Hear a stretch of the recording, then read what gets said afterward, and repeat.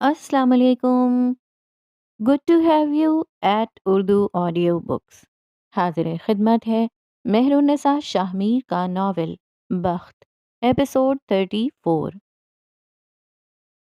وہ گھر سے ایک ضروری کام کا کہہ کر باہر نکلا تھا، اب کہ اس کا حلیہ مختلف تھا. سفید کف شرٹ کے ساتھ سیاہ جینز اور ماتھے پہ بکھرے بال، مہنگی رسٹ واچ، برانڈڈ جوتے. وہ کہیں جانے کے لیے تیار تھا، بالکل تیار. اس نے گاڑی نکالی اور اسے ایک انجانے راستے کی جانب موڑ دیا. اس کا چہرہ سنجیدہ اور سپاٹ تھا. وہ جس کی وجہ سے اس نے اپنی محبوب عورت کی بیزاری اور نفرت برداشت کی تھی، ان کا حساب بھی تو ہونا چاہیے نا.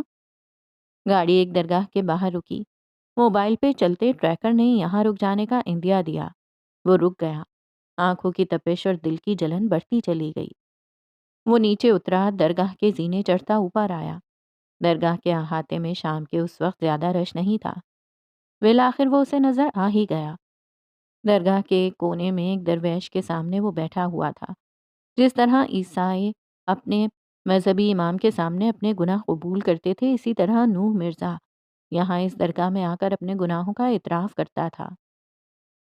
عمر چھوٹے چھوٹے قدم لیتا اس کے قریب گیا. چمکتے ہوئے بوٹوں کو اپنے قریب دیکھ اس نے سر نظریں اٹھائیں. سورج کی الوداعی کرنیں اس کی آنکھوں میں چبھیں. سنہری کرنیں، اور اس کی سنہری آنکھوں میں سے زیادہ سنہرا کون تھا، فیصلہ کرنا مشکل ہوا. تو تم اپنے گناہوں کا اعتراف کرنے یہاں آتے ہو؟ عمر نے اس کو دیکھتے ہوئے پوچھا. میں گناہ نہیں کرتا، وہ سنجیدگی سے کہتا اٹھا. میں حافظ قرآن ہوں. مجھے پتا ہے گناہوں کے اعتراف خدا کے سامنے کیے جاتے ہیں، بندوں کے آگے گناہ کی تشہیر ہوتی ہے. وہ بولتے ہوئے اٹھا. عمر نے اس کو داد دینے والے انداز میں دیکھا. مطلب تم یہاں اعتراف نہیں جسٹیفیکیشن دینے آتے ہو؟ اماں کہتی ہیں گناہ کے بعد اس کی جسٹیفیکیشن گناہ سے بڑا گناہ ہوتی ہے. وہ دونوں ساتھ چلتے ہوئے احاطے سے دور زینوں کی طرف جا رہے تھے. میں تم سے کچھ پوچھنے آیا ہوں.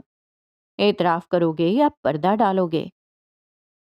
نوح اپنے کیے کاموں پر پردہ نہیں ڈالتا. شاید تم جان چکے ہو کہ تمہاری عورت کو ہماری طرف سے اغوا کیا گیا تھا. خیر، مجھے لگا تھا تم جلدی جان جاؤ گے، لیکن تم نے تو بہت وقت لگا دیا. وہ درگاہ کے زینوں پہ آ کر نیچے بیٹھ گئے، ایسے کہ عمر اوپری زینے پہ اور نوح نچلے زینے پہ. کیا اب مجھ سے بدلہ لینے آئے ہو؟ نوح نے اس کی آنکھوں میں اپنی آنکھیں گاڑ دیں. عمر مسکرایا. تم سے بدلہ تو میرا خدا لے چکا ہے. وہ اس کے قریب جھکا، آواز آہستہ کر لی. میں تمہاری بہن کے ساتھ ہونے والے حادثے سے واقف ہوں. نوح کو لگا تھا جیسے آسمان اس کے سر پہ آن گرا ہو. لیکن مجھے دکھ ہے، اور ایک سوال بھی کہ کب تک، آخر کب تک ہمارے گھروں کی عورتیں اپنے باپ بھائی شوہر کے کیے گئے گناہوں کا عذاب خود پر جھیلیں گی؟ مکافات عمل میں ہمیشہ گھر کی بہن یا بیٹی کیوں گھسیٹی جاتی ہے؟ کیوں کبھی مرد کو اس کے گناہ کی سزا خود نہیں جھیلنی پڑتی؟ کیوں ہمیشہ نوح مرزا کا گناہ نرمین کے سر آ جاتا ہے؟ اپنی بکواس بند کرو. وہ یکدم دہاڑا تھا. اس کی آنکھیں سرخ تھیں، غیرت سے، ذلت سے. درگاہ کے کبوتروں نے اپنے کانوں پر ہاتھ رکھ لیے. درویشوں نے ناگواری سے اس کو دیکھا، لیکن وہ پھٹ پڑا تھا. میں نے ایسا کوئی گناہ نہیں کیا جس کی سزا میری بہن کو ملے. میں نے نیکی کی تھی، خدا نے میری نیکی قبول ہی نہیں کی. وہ خدا چھوٹی چھوٹی غلطیاں دیکھتا ہے، لیکن بڑی بڑی نیکیوں کو وہ دیکھتا ہی نہیں. اس کی آواز میں نمی گھلتی جا رہی تھی. میں نے ایک عورت کو اغوا کیا. ہاں، میں نے غلط کیا. وہ اپنے سینے پہ انگلی رکھے کہہ رہا تھا. عمر خاموش سا اس کو دیکھتا رہا. لیکن میں نے اس عورت کو کوئی نقصان پہنچنے نہیں دیا. میں نے اس کی عزت کی حفاظت کی. میں نے اسے ایک ایسے مرد کے حوالے کیا جو خود تو مر سکتا ہے، لیکن اس عورت پہ آنچ بھی نہیں آنے دے سکتا. میں نے نیکی کی، لیکن خدا نے قبول نہیں کی. اسے میری نیکیاں کبھی اچھی ہی نہیں لگیں. وہ تھک کر نیچے بیٹھ گیا، شکستگی سے، کرب سے. عمر ویسی ہی پرسکون ٹھنڈی ٹھار نظروں سے اسے دیکھتا رہا. تم نے کوئی نیکی نہیں کی نوح. عمر کی آواز اسے چابک کی طرح لگی، وہ بل کھا کر رہ گیا۔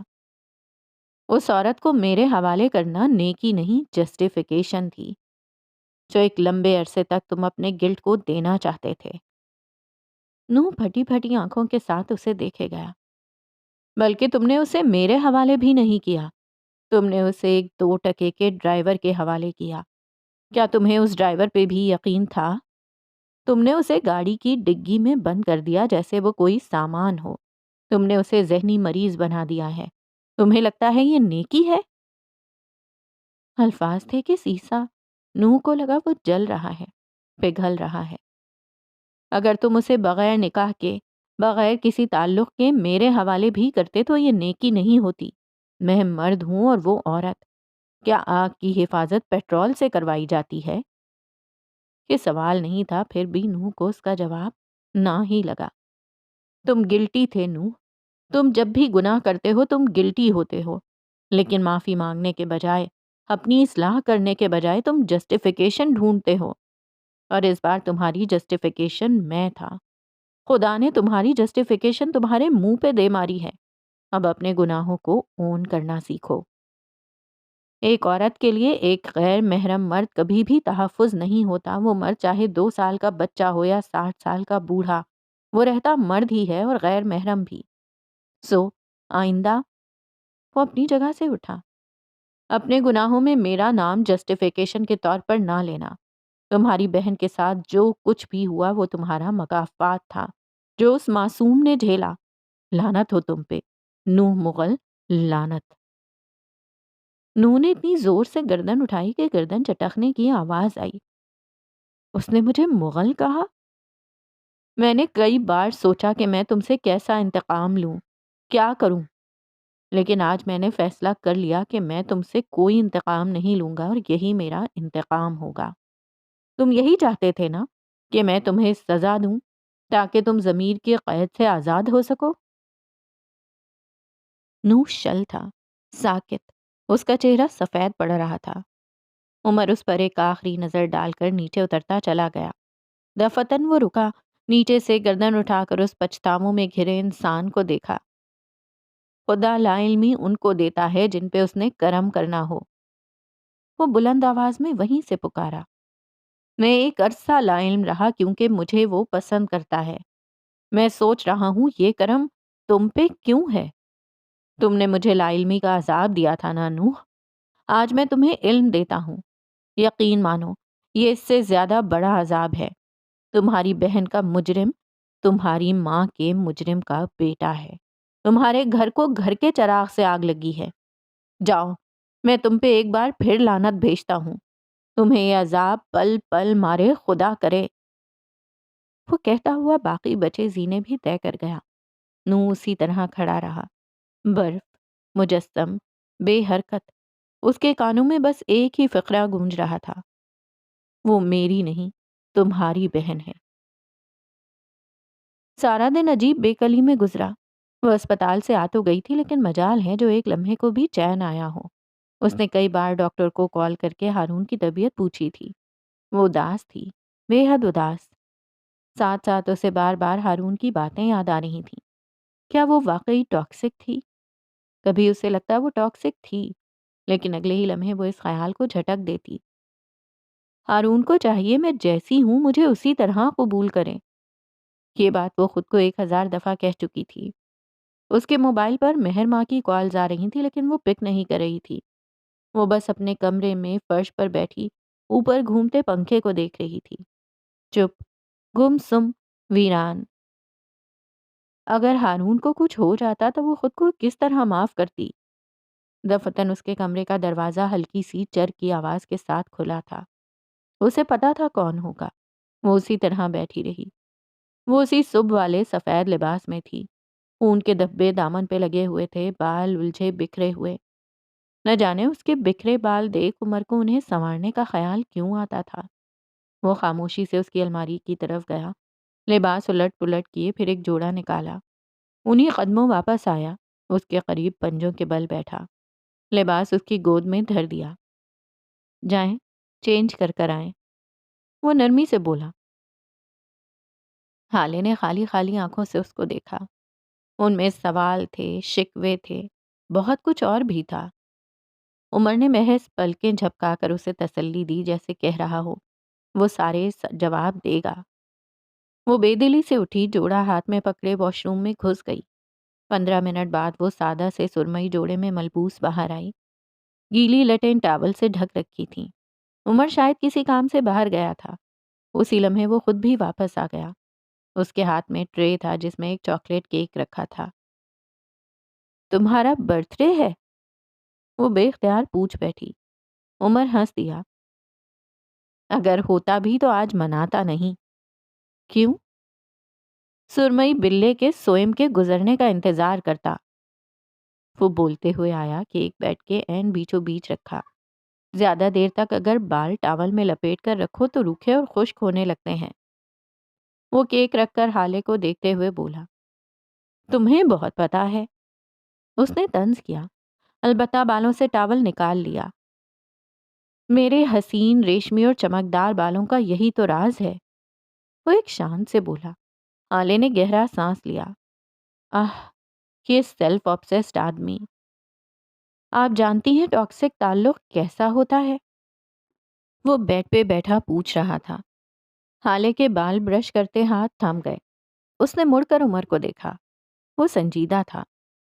حالے نے گلا تر کیا، الفاظ مجتمع کیے۔ وہ تعلق جس میں آپ پر ہر معاملے میں زور زبردستی کی جاتی ہو، آپ کو گالیاں دی جاتی ہوں، بے عزت کیا جاتا ہو، اور اس نے الفاظ ڈھونڈنے چاہے لیکن نہیں ملے۔ مجھے نہیں پتا۔ وہ چڑ گئی، پھر واپس بیڈ تک آئی۔ کیا تمہیں پتا ہے؟ عمر نے اس کو نہیں دیکھا۔ اس نے کیک کا ایک موٹا سا پیس کاٹا اور اس کے سامنے کیا۔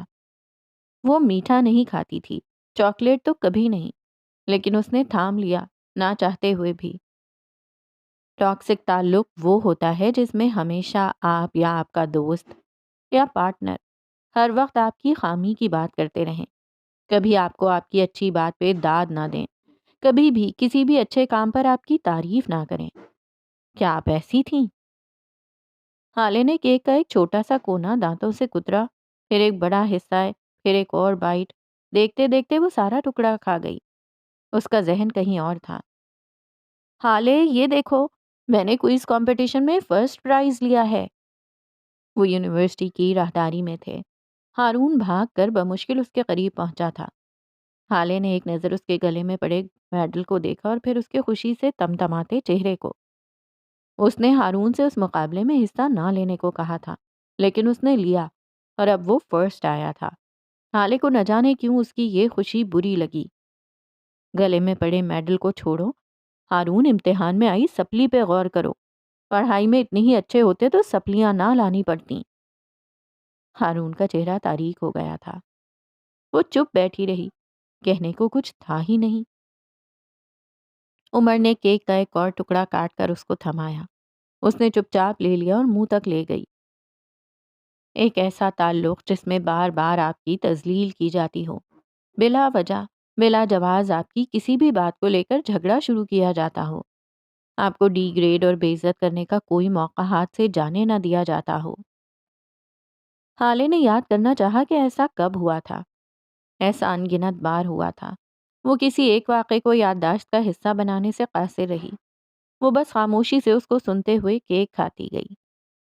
ایسا تعلق جس میں آپ اگلے کو خوش کرنے کی ہر ممکن کوشش کرتے رہیں، لیکن وہ ہر بار ایک نیا جھگڑا، ایک نئی بات لے کر آپ سے لڑنے لگ جائے اور آپ کی ساری کوششیں ضائع ہو جائیں۔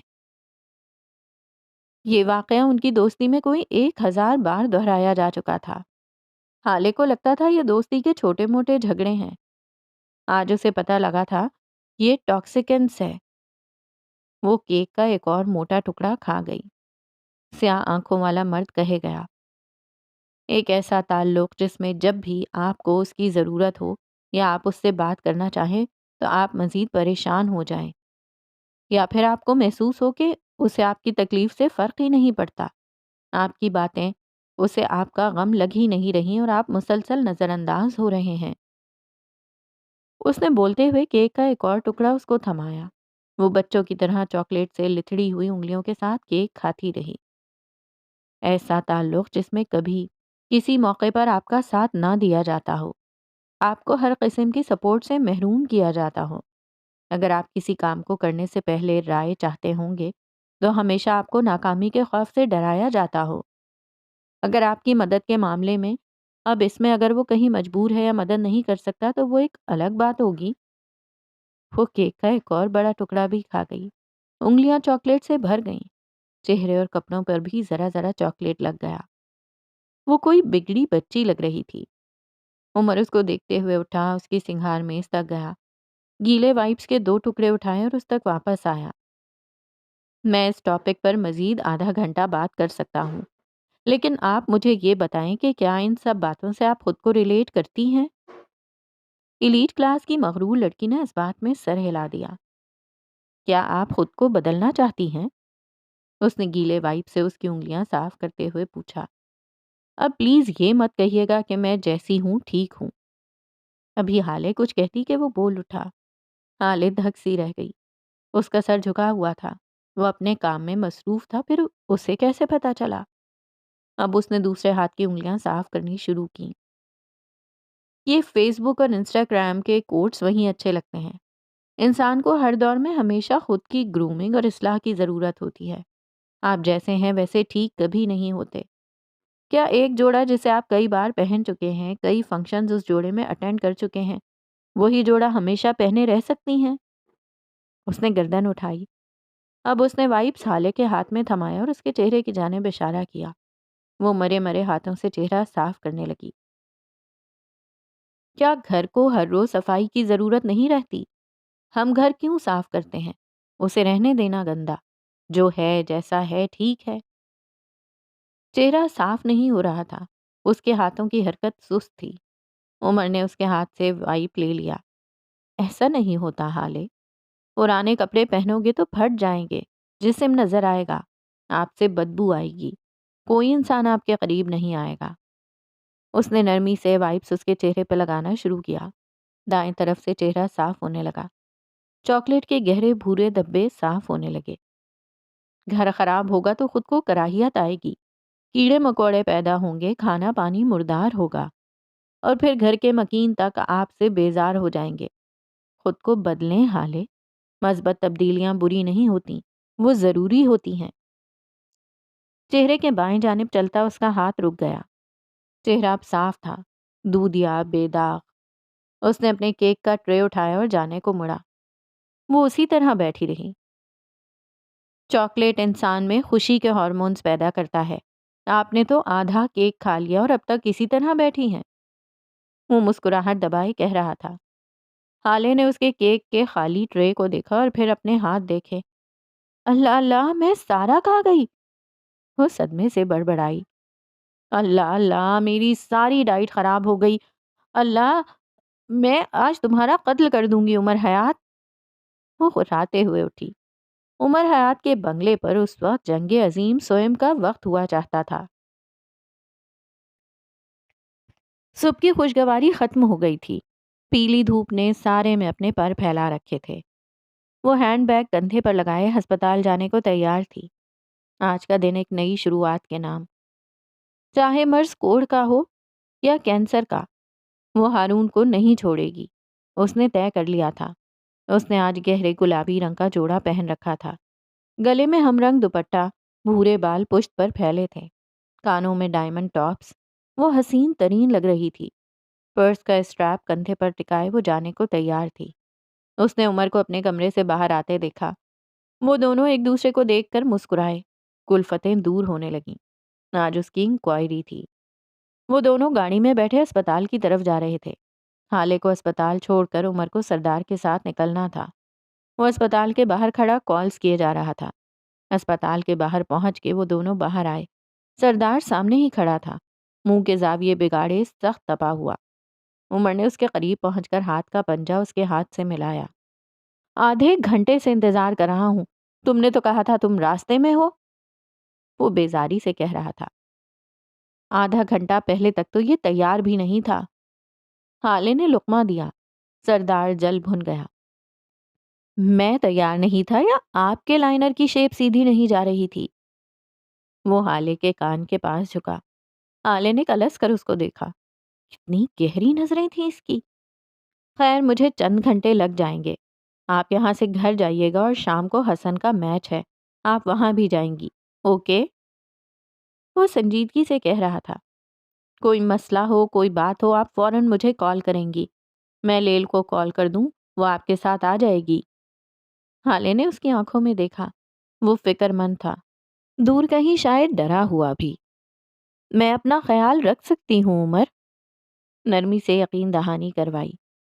ہارون اور حسن میرے لوگ ہیں، میں ان کو اپنے طریقے سے ہینڈل کر لوں گی۔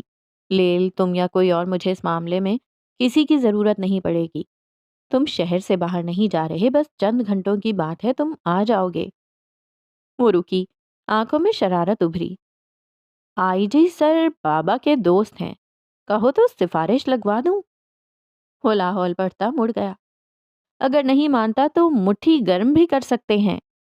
وہ بلند آواز میں پکار اٹھی۔ ایک بار پھر سے لاہور والا۔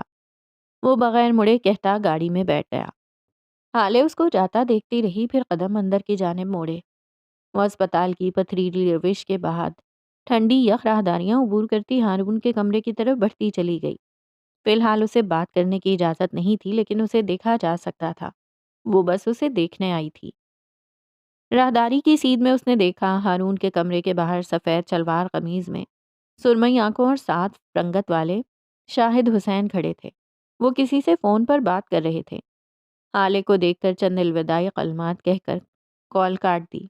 وہ گہرا سانس بھرتی قدم قدم چلتی ان کے قریب آ کر رکی۔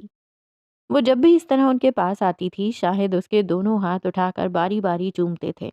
کئی بار تو حالے دن میں کوئی 10 دفعہ جا کر ان کے سامنے اپنے ہاتھ کر دیتی اور وہ ہنستے ہوئے اس کے ہاتھ پھر سے چومتے تھے۔ وہ ان کے قریب آ کر رکی، چند پل ان کو دیکھتی رہی۔ لانگ ٹائم ماموں، وہ یاسیت سے بولی۔ ہاتھ پہلو میں گرے رہے۔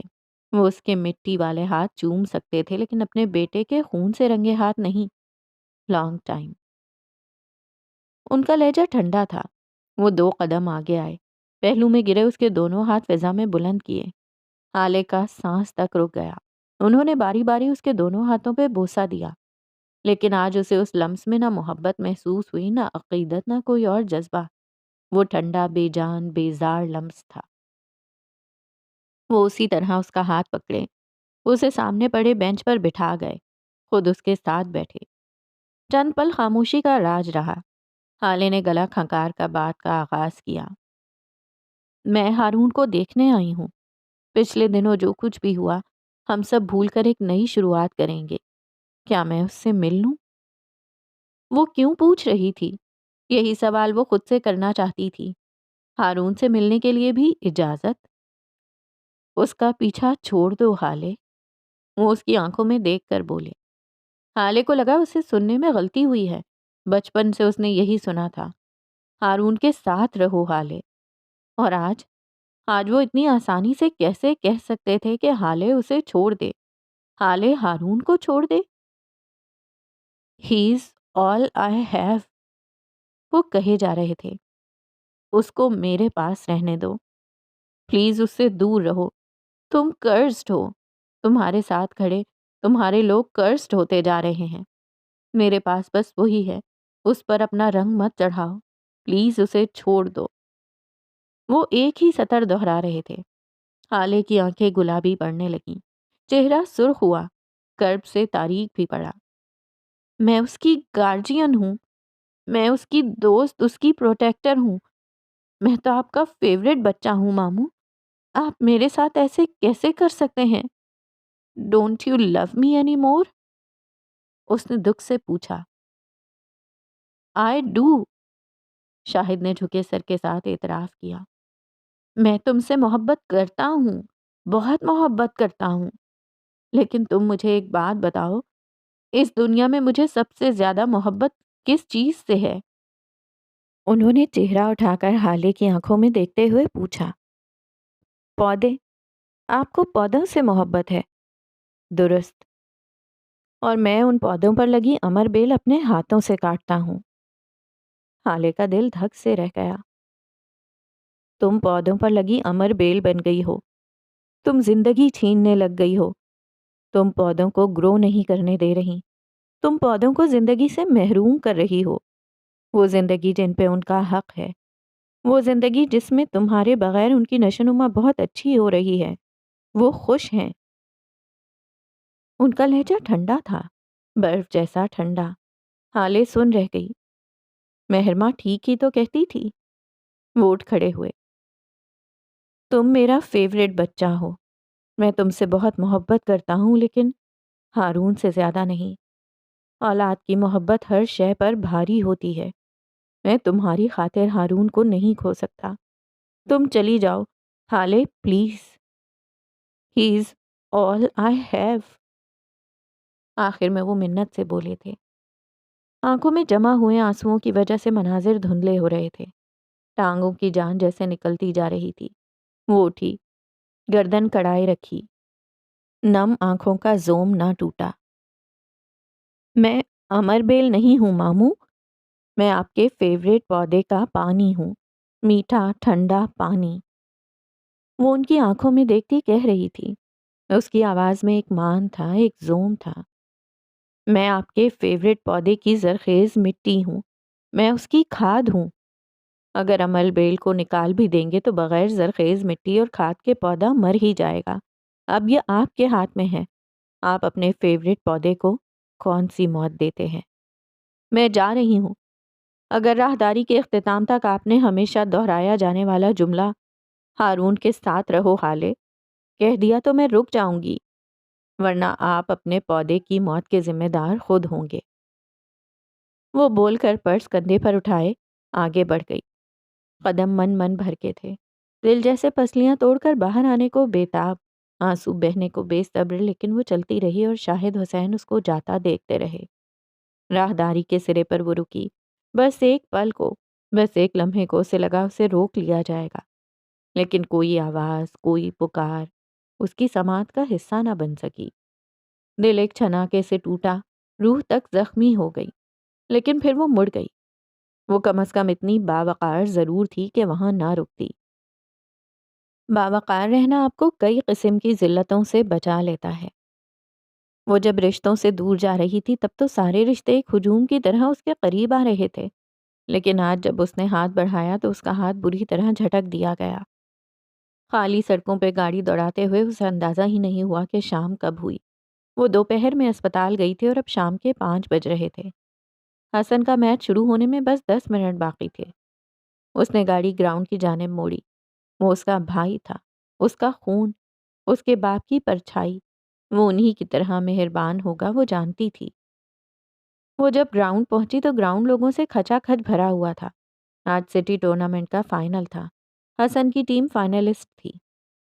اس سے بات کرنے کے لیے میچ کے ختم ہونے کا انتظار کرنا تھا۔ ٹیمیں میدان میں اتریں، وسل بجی، میچ شروع ہوا۔ سیاہ آنکھوں والا حسن سلطان گھٹنوں تک آتی پیلی شارٹس کے ساتھ اسی رنگ کی شرٹ میں ملبوس تھا۔ وہ فارورڈ کھیل رہا تھا۔ لڑکے مہارت اور چستی سے بال کو اپنے قدموں سے کبھی گراؤنڈ کے ایک کونے میں لے جاتے تو کبھی دوسرے۔ حسن نہایت تکنیک اور مہارت سے بال کو آگے لے جا رہا تھا۔ کئی لڑکوں نے اس سے بال چھیننے کی یا اسے گرانے کی کوشش کی تھی، لیکن وہ ہر بار بچ جاتا۔ بال پول کے عین سامنے تھی۔ وہ ابھی کک کرنے والا تھا جب پیچھے سے ایک حملہ ہوا۔ ارے دیکھو دیکھو، اس کی گھر سے بھاگی ہوئی بہن بھی آج گراؤنڈ آئی ہے۔ یہ حملہ مختلف تھا، یہ وار کاری تھا، بس ایک لمحے کا کھیل تھا۔ بال کو اس کے قدموں سے کوئی لے گیا۔ سپورٹس مین کی ایک لمحے کی کوتاہی، ایک لمحے کی غفلت میچ کا پاسا پلٹ دیتی ہے۔ حسن ضبط کرتے ہوئے ایک بار پھر بال کے آگے پیچھے بھاگنے لگا۔ بال ایک بار پھر اس کے قدموں کی زینت بنا تھا۔ وہ اس کھیل میں مہارت رکھتا تھا۔ ایک بار پھر وہ ان کو چکما دے کر بال ان سے دور لے گیا۔ لڑکے کلستے رہ گئے، لیکن ان کے پاس وار کرنے کو اور بھی بہت کچھ تھا۔ سنا ہے تمہاری بہن گھر سے بھاگ گئی تھی؟ ایک اور لڑکا، ایک اور لقمہ۔ وہ اس کے پاس بھاگتے، اس کے قدم سے قدم ملانے کی کوشش کرتے ہوئے پھولے ہوئے سانسوں کے درمیان بول رہے تھے۔ حسن کا چہرہ سرخ ہوا، لیکن وہ کچھ نہیں بولا۔ وہ بس جبڑے بھینچے بال کو پول تک لے جانے کی کوشش کرتا رہا۔ میں نے تو یہ بھی سنا ہے کہ اس ASP سے اس کا لمبا افیئر تھا۔ دیکھو ہم عمر ہیں، لیکن اگر تمہاری بہن راضی ہو جائے تو ہمیں اس کے ساتھ وقت گزارنے کے لیے کوئی انکار نہیں ہے۔ قہقہے، معنی خیزی، غلاظت، وہ ان سب سے بے نیاز بال کو پول کے عین سامنے لے گیا۔ پیر ہوا میں بلند کیا بھی وہ کک مارتا۔ اگر چاہو تو تمہاری بہن کو اس کے وقت کے لیے پے بھی کر سکتے ہیں۔ یہ آخری وار تھا۔ اس کی غیرت اب مزید کچھ اور برداشت نہ کر سکی۔ وہ بال اور میچ پر لعنت بھیجے مڑا اور ایک زوردار مکہ اس لڑکے کے جبڑے پر دے مارا۔ لڑکے کے باقاعدہ 2 دانت ٹوٹ کر گرے۔ ہالے نے اپنی جگہ سے یہ منظر دیکھا اور فوراً اٹھ کر بھاگی۔ ساری ٹیم دوڑ کر ان کی طرف آنے لگی، لیکن حسن پر گویا جنون سوار تھا۔ اس نے دوسرے لڑکے کے پیٹ پر لات مار دی۔ وہ بلبلا کر رہ گیا۔ ان کی ٹیم کا ایک تگڑا لڑکا غصے سے اس کے قریب آیا اور اس کی ناک پر مکہ دے مارا۔ خون فوارے کی طرح حسن کی ناک سے بہہ نکلا، لیکن اسے جیسے کوئی پرواہ نہیں تھی۔ ریفری نے ریڈ کارڈ بلند کیا، لیکن وہ کچھ نہیں دیکھ رہا تھا۔ وہ اپنی ٹیم کے لڑکوں سے خود کو چھڑاتے ہوئے ایک بار پھر اس لڑکے پر چڑھ دوڑا۔ اس کے سینے پہ لات مار کر اس کو نیچے گرایا۔ فٹ بال کا میدان اکھاڑے میں بدل چکا تھا۔ وہ اس لڑکے کے اوپر بیٹھا اس کی ناک اور جبڑے پر مکے مارے ہی جا رہا تھا۔ کچھ لڑکے اوپر کھڑے ہو کر اس کی پیٹھ پر لاتیں مار رہے تھے۔ کوئی اس کی پسلی پر مار رہا تھا، لیکن تکلیف جیسے بند ہو گئی ہو۔ وہ اب تک ان الفاظ کی تکلیف میں ڈوبا تھا۔ انتظامیہ نے ان کو چھڑوایا۔ لڑکے اب بھی بکتے جھکتے جا رہے تھے۔ ہالے اس کے قریب پہنچ گئی تھی۔ حسن منہ سے ایک لفظ نہیں بولا تھا۔ اس کے منہ سے ایک لفظ بھی نہیں نکلا تھا۔ اس کی ناک سے اب بھی خون بہہ رہا تھا، جسم بری طرح دکھ رہا تھا، لیکن دل کی تکلیف ہر شے پر بھاری تھی۔ اگر کئی لوگوں نے اسے پکڑ نہ رکھا ہوتا تو اب تک ان لڑکوں کے ٹکڑے ٹکڑے کر چکا ہوتا۔ ریفری نے اسے ریڈ کارڈ دے کر نکال دیا تھا۔ وہ سرخ آنکھوں سے ان لڑکوں کو گھورتا رہا۔ حالے اس کے پاس کھڑی کچھ کہہ رہی تھی، اس کا خون ٹشو سے صاف کر رہی تھی۔ وہ فکر مند تھی۔ حسن اس کے ہاتھ کو ہٹاتا باہر نکلتا چلا گیا۔ وہ اس کے پیچھے پیچھے جا رہی تھی، لیکن اس کی رفتار کے ساتھ قدم ملانا یہ اس کے بس کی بات نہیں تھی۔ حسن میری بات سنو، رکو میں بات کرنے آئی ہوں۔ وہ اس کو پیچھے سے پکار رہی تھی۔ حسن پلیز رک جاؤ یار، تم سنتے کیوں نہیں ہو آخر؟ حسن، وہ بلند آواز میں پکاری۔ حسن کے قدم تھم گئے۔ وہ مڑا، لیکن حالے کو اس کے چہرے پر سوائے اجنبیت کے اور کچھ نظر نہ آیا۔ وہ سپاٹ آنکھوں سے اس کو دیکھ رہا تھا۔ شام ڈھلنے لگی تھی۔ جب تم میرے لیے مر ہی گئی ہو تو اب میرے پیچھے کیوں آ رہی ہو؟ حالے ٹھہر گئی، اس کی آنکھیں نم ہونے لگیں۔ تم میرے بھائی ہو، مجھے ضرورت ہے، اس طرح چھوڑ دو گے کیا؟ وہ دکھ سے کہہ رہی تھی۔ حسن اسی طرح بے تاثر آنکھوں کے ساتھ اس کو دیکھتا رہا۔ تم نے چھوڑا تھا حالے، جب مجھے تمہاری ضرورت تھی تم نے چھوڑا مجھے، اور اب مجھے تمہاری کوئی ضرورت نہیں۔ میں اب بے حس ہو گیا ہوں، میری طرف سے اب تم مر گئی۔ یہ اس کا حسن نہیں تھا، یہ اس کا بھائی نہیں تھا، یہ ویسا ہو کر بھی ویسا نہیں تھا۔ حسن میری بات تو سن لو ایک بار، میں تمہاری پرواہ کرتی ہوں، میں نے جو کچھ بھی کیا تمہاری بھلائی کے لیے کیا۔ وہ ابھی اور بھی کچھ کہتی کہ حسن حلق کے بل دہاڑا۔ بس، بہت بول چکی تم۔ وہ اتنی بلند آواز میں دہاڑا کہ حالے ساکت رہ گئی۔ یہ اس کا حسن نہیں تھا۔ اگر میری اتنی پرواہ تھی تو مجھے تب کیوں چھوڑا جب میرے باپ کی قبر کی مٹی بھی گیلی تھی؟ وہ سرخ آنکھوں کے ساتھ بلند آواز میں پوچھ رہا تھا۔ میرے پاس پاکٹ منی تک نہیں تھی، اور تم نے بابا کے اکاؤنٹ سے وہ آخری چند لاکھ بھی نکال لیے، یہ پرواہ کی تم نے؟ حسن آرام سے بات کرو، تم مجھ پہ چیخ نہیں سکتے، اس نے ہلکی آواز میں کہا، کانپتی ہوئی شوق زدہ آواز۔ چیخوں گا، میں چیخوں گا، تم ایک خود غرض لڑکی ہو، تمہیں اپنے خاندان کی کوئی پرواہ نہیں، تم نے مجھے چھوڑ دیا، اماں کو چھوڑ دیا، ہارون کو چھوڑ دیا، وہ تمہاری وجہ سے مر رہا ہے، تمہاری وجہ سے۔ اس کے سامنے کھڑا بلند سے بلند آواز میں غرا رہا تھا۔ آنکھیں سرخ انگارہ ہو رہی تھیں، گردن کی نسیں ابھر آئی تھیں۔ تمہیں صرف اور صرف خود سے پیار ہے، صرف اور صرف اپنے آپ سے محبت ہے تمہیں، بس پیسے سے محبت ہے۔ اپنے مرے ہوئے باپ کا پیسہ نکالنے تم ان کے مرنے کے اگلے ہفتے ہی چلی گئی تھیں، لالچی خود غرض۔ اس کے اگلے الفاظ اس کے منہ میں ہی رہ گئے۔ ایک زوردار تھپڑ نے اس کے 14 طبق روشن کر دیے تھے۔ وہ شیرنی کی طرح زخمی آنکھیں اس کی آنکھوں میں ڈالے کھڑی تھی۔ حسن بے یقینی سے اس سے تک رہا تھا۔ لعنت ہو تم پہ حسن سلطان، لعنت! تم ہرگز بھی میرے باپ جیسے نہیں ہو۔ تمہیں یہ سب بولنے سے پہلے مر جانا چاہیے تھا۔ ہاں تم مر جاؤ، تم مر جاؤ حسن۔ وہ مارے بے بسی کے چیخ پڑی، رو پڑی۔ وہ اسی طرح بے یقینی سے چہرے پر ہاتھ رکھے پیچھے ہوتا گیا۔ ہالے اب بھی چیخ رہی تھی، تم مر جاؤ تاکہ میں دوبارہ تمہاری شکل بھی نہ دیکھ سکوں، یا تم مر جاؤ یا پھر خدا کرے میں مر جاؤں۔ دفع ہو جاؤ، مر جاؤ تم۔ وہ نیچے بیٹھ گئی۔ حسن وہاں نہیں رکا۔ یہ کوئی اور تھی، یہ اس کی بہن نہیں تھی۔ یہ وہ نہیں تھی جسے لوگ حسن کی دوسری ماں کہتے تھے۔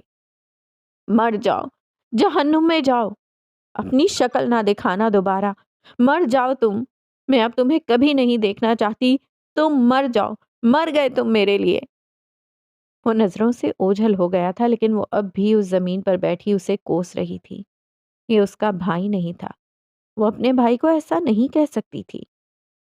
شام سے رات ہو چکی تھی۔ وہ حسن سے مل کر آنے کے بعد سے اب تک اسی طرح لان میں رکھے صوفے پر گردن ڈھلکائے لیٹی تھی۔ غیر ارادی طور پر وہ عمر کا انتظار بھی کر رہی تھی۔ نہ جانے کیوں دل کو اس کے ہونے سے ڈھارس ہوتی تھی۔ وہ ساتھ ہوتا تھا تو لگتا تھا مسائل حل ہو جائیں گے، اچھا وقت آ جائے گا۔ لیکن وہ جوں ہی نظروں سے دور ہوتا تھا، مسائل بلا کی طرح منہ کھولے اسے نگلنے کو بے تاب ہوتے تھے۔ وہ اس طرح کے مسائل میں کبھی پڑی ہی نہیں تھی۔ زندگی ونڈرلینڈ سے جہنم کب بنی پتہ ہی نہیں چلا۔ اسے لگتا تھا جیسے کسی نے اس کی پیٹھ پہ بھاری بوجھ لاد دیا ہو، وہ جس کا وزن اٹھانا اس کے بس کی بات نہیں تھی۔ وہ ہر گزرتے دن کے ساتھ تھکتی جاتی تھی۔ اس کا فون کب سے بجے جا رہا تھا جسے اٹھانے کی وہ زحمت ہی نہیں کر رہی تھی۔ یہ کوئی 10ویں رنگ تھی جسے اب حالے نے بیزاری سے اٹھایا۔ غیر شناسا نمبر۔ اسے اب عادت تھی ان کالز کی۔ ہیلو کہتے ہوئے اس نے موبائل کان سے لگا لیا۔ جی، میں حالے سلطان بات کر رہی ہوں۔ جی بھائی ہے وہ میرا۔ آپ کہاں سے بات کر رہے ہیں؟ سامنے سے کچھ کہا گیا تھا۔ وہ اٹھ کھڑی ہوئی۔ کون سا تھانہ؟ چارج کیا ہے؟ وہ پرس اپنی کوہنی پہ اٹکاتی کہہ رہی تھی۔ خبردار جو تم لوگوں نے FIR کاٹی ہو۔ وہ بولی نہیں تھی، غرائی تھی۔ میں 10 منٹ میں پہنچ رہی ہوں۔ اگر تم لوگوں نے میرے بھائی کے خلاف FIR کاٹی تو دیکھنا میں تم سب کا کیا کرتی ہوں۔ وہ بات کرتے ہوئے باہر نکل آئی۔ گاڑی نکالو عثمان، اس نے چوکیدار کے ساتھ بیٹھے عثمان سے کہا۔ وہ فوراً تابعداری سے کھڑا ہوا۔ حالے بار بار عمر کو کال ملائے جا رہی تھی۔ بیل جا رہی تھی، لیکن مجال ہے جو وہ کال پک کر لے۔ راستے میں اس نے لیل کو کال کی تھی، لیکن اس کا نمبر بھی بند جا رہا تھا۔ وہ اپنے گھر سے کسی کو کال نہیں کر سکتی تھی، اس کی ناک آڑے آتی تھی۔ دفتن اسے یاد آیا عمر نے کل شام اس کے موبائل سے نفیسہ حیات کو کال کی تھی۔ اس نے سن رکھا تھا کہ وہ وکیل ہیں، وہ ان معاملات کے بارے میں جانتی ہوں گی، لیکن وہ انہیں کیسے اور کس رشتے سے کال کرے، فطری جھجک آڑے آ گئی۔ پھر نہ جانے کس طرح اس کی انگلیوں نے میکانکی انداز میں ان کے نمبر پہ کال کر لی۔ یہ غیر ارادی تھا۔ بیل جا رہی تھی۔ اگلے 10 سیکنڈ بعد کال پک کر لی گئی۔ ہیلو، سنجیدہ ٹھہرا ہوا لہجہ۔ حالے کی ہتھیلیاں بے اختیار پسینے سے بھرنے لگیں۔ اس نے بغیر کچھ کہہ کر کال کاٹنے کا فیصلہ کیا، لیکن اسپیکر سے آتی آواز پر ٹھہر گئی۔ حالے بیٹے کیا ہوا ہے؟ وہ نرمی سے پوچھ رہی تھی۔ آپ کو کیسے پتا میں حالے ہوں؟ اس کی باتوں میں عموماً روانگی ہوتی تھی، لیکن نہ جانے کیوں اسے اس عورت سے روب سا محسوس ہوا۔ عمر نے بتایا تھا یہ تمہارا نمبر ہے، میں نے سیو کر لیا تھا۔ تم یہ بتاؤ سب ٹھیک ہے؟ وہ ایسے بات کر رہی تھی جیسے حالے کو جانتی ہوں۔ اس کی جھجک زائل ہونے لگی۔ اصل میں مجھے آپ سے ایک لیگل ایڈوائس چاہیے۔ اس نے تھوک نکلا۔ وہ تھانے کے کافی قریب تھے، اسے جلد از جلد کچھ چاہیے تھا۔ میرا بھائی، اس پہ جھوٹا الزام لگا ہے۔ یہ جھوٹا الزام ہے، وہ بالکل ایسا نہیں ہے۔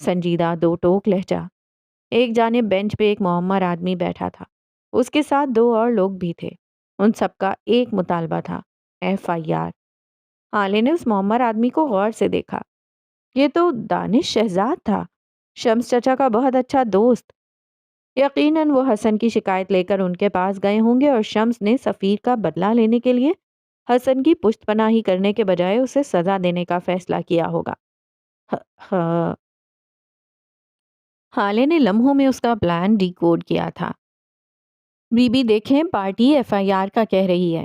ہم نے بس آپ کی خاطر اب تک کوئی قدم نہیں اٹھایا، ان کی وجہ سے اب تک کھانا بھی نہیں کھایا، پھر ہمارے کھانے کا انتظام کر لیں ذرا۔ ASI کی بات پر اس نے گردن موڑی تھی۔ وہ کھلم کھلا اس سے رشوت مانگ رہا تھا۔ میں اپنے بھائی سے مل لوں، پھر آپ کو کھانا بھی کھلاؤں گی، اور وہ اٹھی، جیب بھی گرم کروں گی اچھے سے۔ ASI نے سپاہی کو اشارہ کیا، وہ حالے کو آگے آگے چلتا چلا گیا۔ ذرا فاصلے پر سامنے، بالکل عین سامنے، وہ تھا اس کا بھائی حسن سلطان، سادہ ٹی شرٹ اور شارٹس میں ملبوس۔ وہ گھبرایا ہوا تھا، اس کا رنگ سفید تھا لیکن وہ اپنی گردن سیدھی کیے کھڑا تھا۔ حالے کو دیکھ کر اس کا سرخ چہرہ برہمی سے دہکنے لگا۔ وہ سلاخوں پہ ہاتھ رکھے آگے ہوا۔ تم یہاں کیا کر رہی ہو؟ وہ دبا دبا غرایا تھا۔ جاؤ یہاں سے، ابھی کے ابھی، یہ جگہ تمہارے آنے کی نہیں ہے۔ اس کا بس نہیں چلتا تھا کہ سلاخیں توڑ کر باہر آ جائے۔ میری بات سنو حسن، میں تمہیں نکال لوں گی، تم پریشان مت ہونا۔ وہ اسے تسلی دے رہی تھی۔ تم یہاں سے جاؤ، مجھے تمہاری موجودگی پریشان کر رہی ہے۔ تم کیوں میری جان کے پیچھے پڑ گئی ہو؟ خدا کا واسطہ ہے یہاں سے جاؤ۔ وہ بے بسی سے کہہ رہا تھا۔ اس کی غیرت گوارا نہیں کرتی تھی کہ اس کی بہن یوں تھانے میں 1000 مردوں کے بیچ اس کے لیے خوار ہو۔ بی بی، یہ دلاسا تسلی بعد میں کر لینا، پہلے بات کر لو، سپاہی ناگواری سے بولا تھا۔ میری بہن سے تمیز سے بات کرو۔ حسن غرایا تھا، اس کے کان تک سرخ ہو گئے تھے، بازو کی نسیں ابھر آئی تھیں۔ حالے تم جاؤ، میں کہتا ہوں جاؤ، عمر کو بھیجو، وہ ان سب کو ہینڈل کر لے گا۔ عمر کو بھیجو، تم جاؤ۔ وہ اس کی منت کر رہا تھا۔ حالے مڑ گئی، وہ اس کی نہیں سن سکتی تھی۔ وہ واپس میز تک آئی، ٹانگ پہ ٹانگ چڑھا لی۔ اب کہ اس میز کے اس پار SHO بیٹھا ہوا تھا۔ جی بی بی، اب آپ کیا کہتی ہیں؟ صلح صفائی کریں گی یا پھر؟ ہم FIR کریں گے۔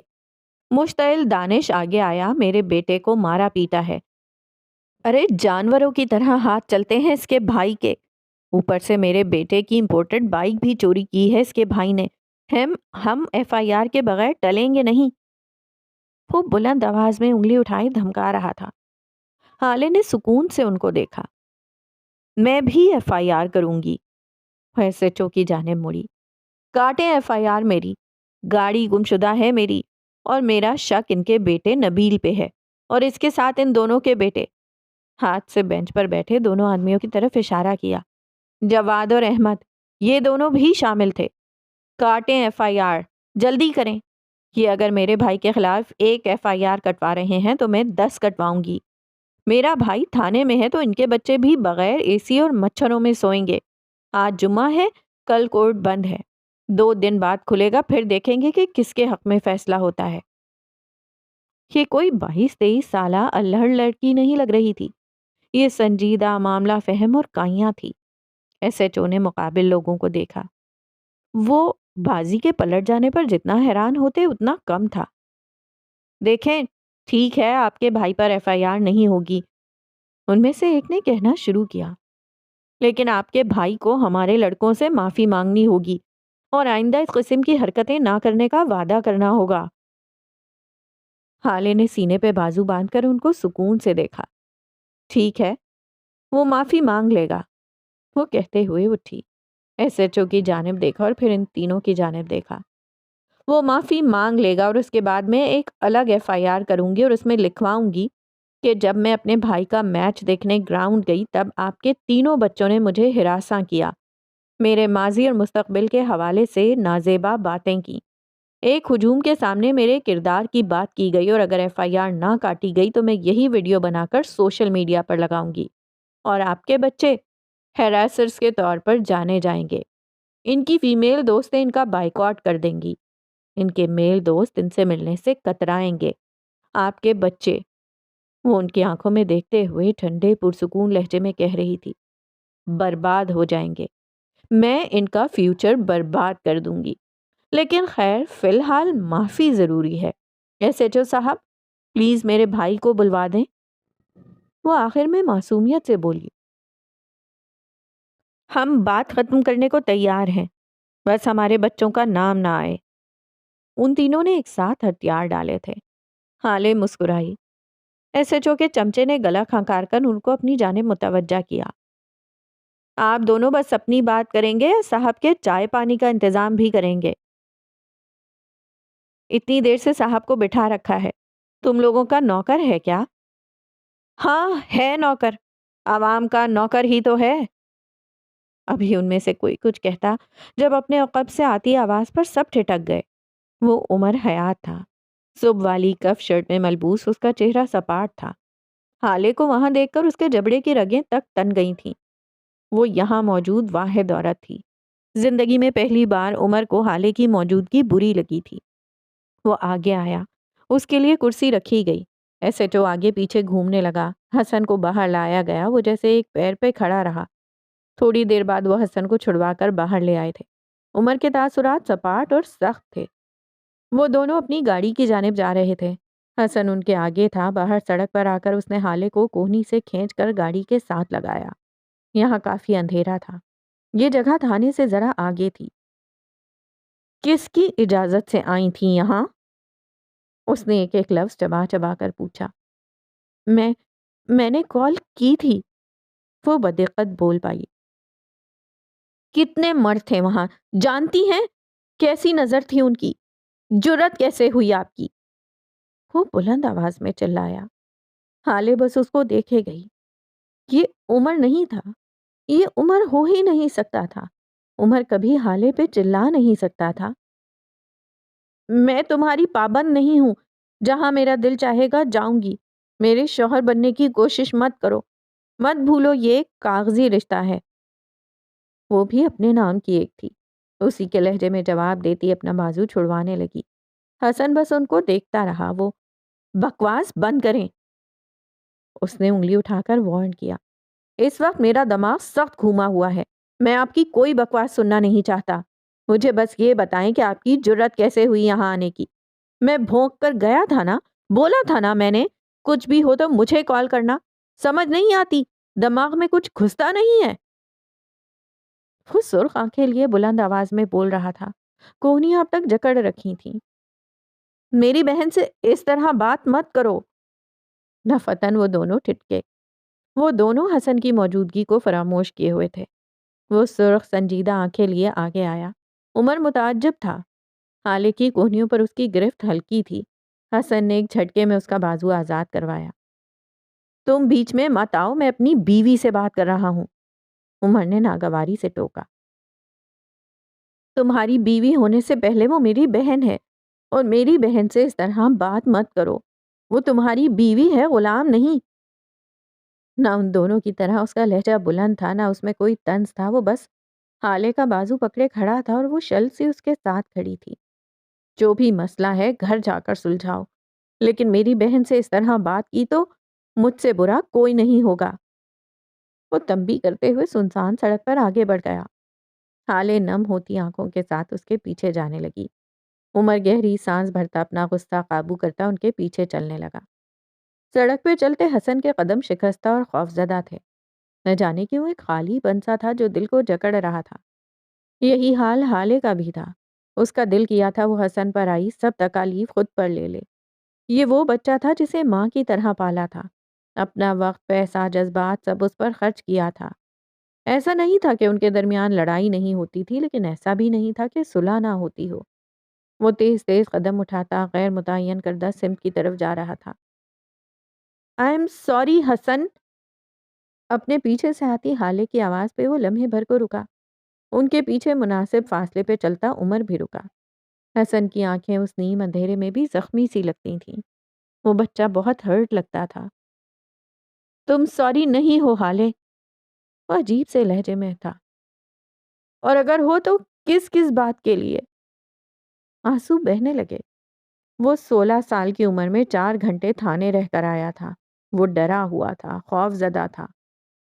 بابا مر گئے اور میں تب سے تمہارے ساتھ مل کر رو نہیں سکا۔ کیا تم اس کے لیے سوری ہو؟ اس کی آواز کپ کپ آئی۔ حالے کی آنکھوں سے موٹے موٹے آنسو بہنے لگے۔ اماں بیمار تھیں، میں اکیلا تھا، میرے پاس رقم نہیں تھی، میرے پاس کوئی اپنا نہیں تھا۔ تم اس کے لیے سوری ہو؟ اس کا لہجہ بلند ہوا، آنکھوں کا زخمی پن دل چیرنے لگا۔ حالے بس اس کو سنتی رہی۔ آج اسے بولنے کا حق تھا۔ شمس چچا نے مجھے اتنا مارا کہ میں 2 دن چل پھر بھی نہیں سکا، اور میرے پاس پین کلر تک کے پیسے نہیں تھے، اور میرے پاس تم نہیں تھی۔ کیا تم اس کے لیے سوری ہو؟ وہ رو رہا تھا، بلند آواز میں روتے ہوئے کہہ رہا تھا۔ نیم اندھیری سڑک کو اس پر ترس آیا۔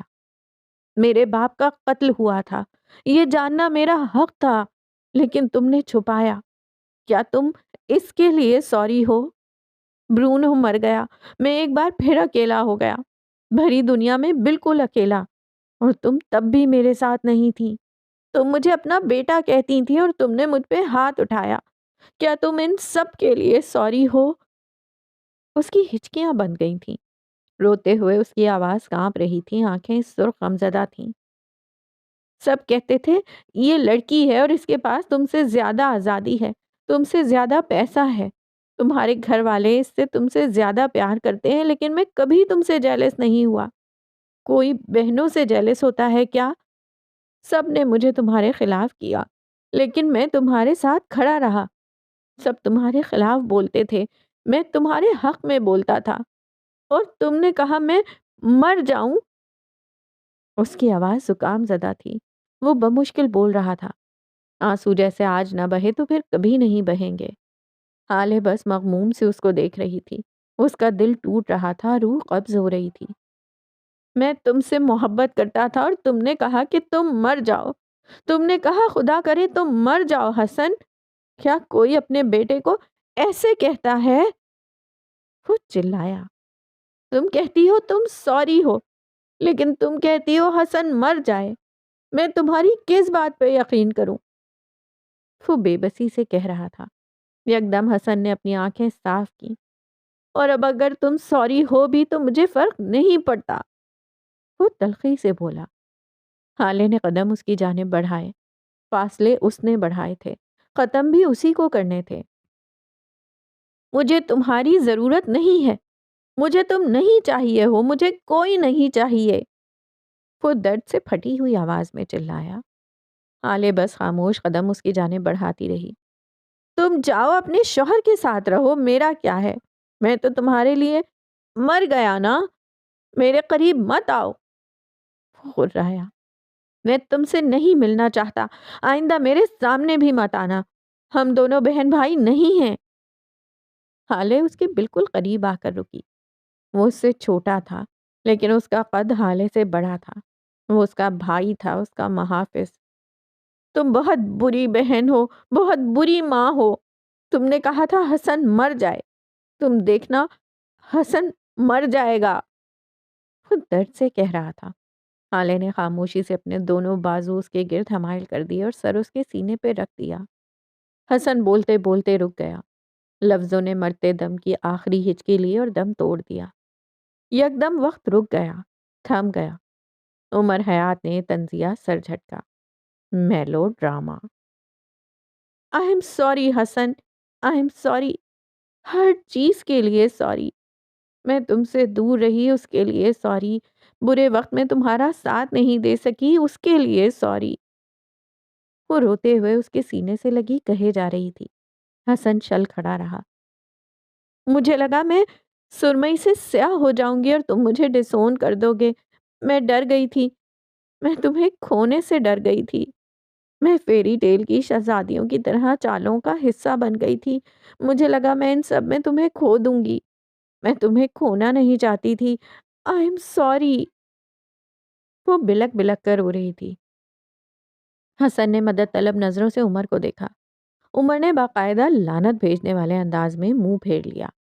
حسن کے ہاتھ اب بھی شوق سے پہلو میں گرے تھے۔ مجھ سے غلطیاں ہوئیں حسن، مجھ سے غلط فیصلے ہوئے، مجھے لگا اگر تم پہ برا وقت آئے گا تو خاندان کو چھوڑ دو، لیکن میں غلط تھی۔ مجھے اپنے برے وقت میں خاندان کے ساتھ مل کر ٹھہرنا تھا تاکہ وہ وقت مجھے چھوڑ دے۔ فیری ٹیل کی شہزادیوں سے غلطیاں ہو جاتی ہیں حسن، مجھے معاف کر دو۔ اس کا پورا وجود ہچکولے کھا رہا تھا۔ حسن نے اپنے دونوں بازو اس کے گرد باندھ لیے۔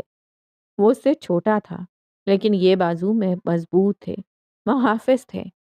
آپ کا بھائی چھوٹا ہو یا بڑا، اگر وہ آپ کے ساتھ آپ کے برے وقت میں کھڑا ہے تو ساری دنیا ایڑی چیٹی کا زور لگا لے آپ کو گرا نہیں سکتی۔ وہ ان بازوؤں کا سہارا ملتے ہی اور بری طرح رونے لگی۔ حسن بوکھلا گیا۔ اچھا اب بس بھی کرو، وہ جیسے منت کر رہا تھا۔ اس کے رونے میں اور زیادہ شدت آنے لگی۔ وہ بچوں کی طرح رونے لگی۔ حسن اس کے بالوں پر ہاتھ پھیرتا اسے سینے سے لگائے کھڑا رہا۔ کافی دیر بعد اس کی ہچکیاں تھمیں۔ حسن نے اسے نرمی سے خود سے الگ کیا۔ اس کی آنکھیں بری طرح سوج گئی تھیں۔ عمر نے فوراً رخ پھیر لیا۔ حالے کے آنسوؤں سے زیادہ اذیت ناک کچھ اور نہیں تھا، کچھ بھی نہیں۔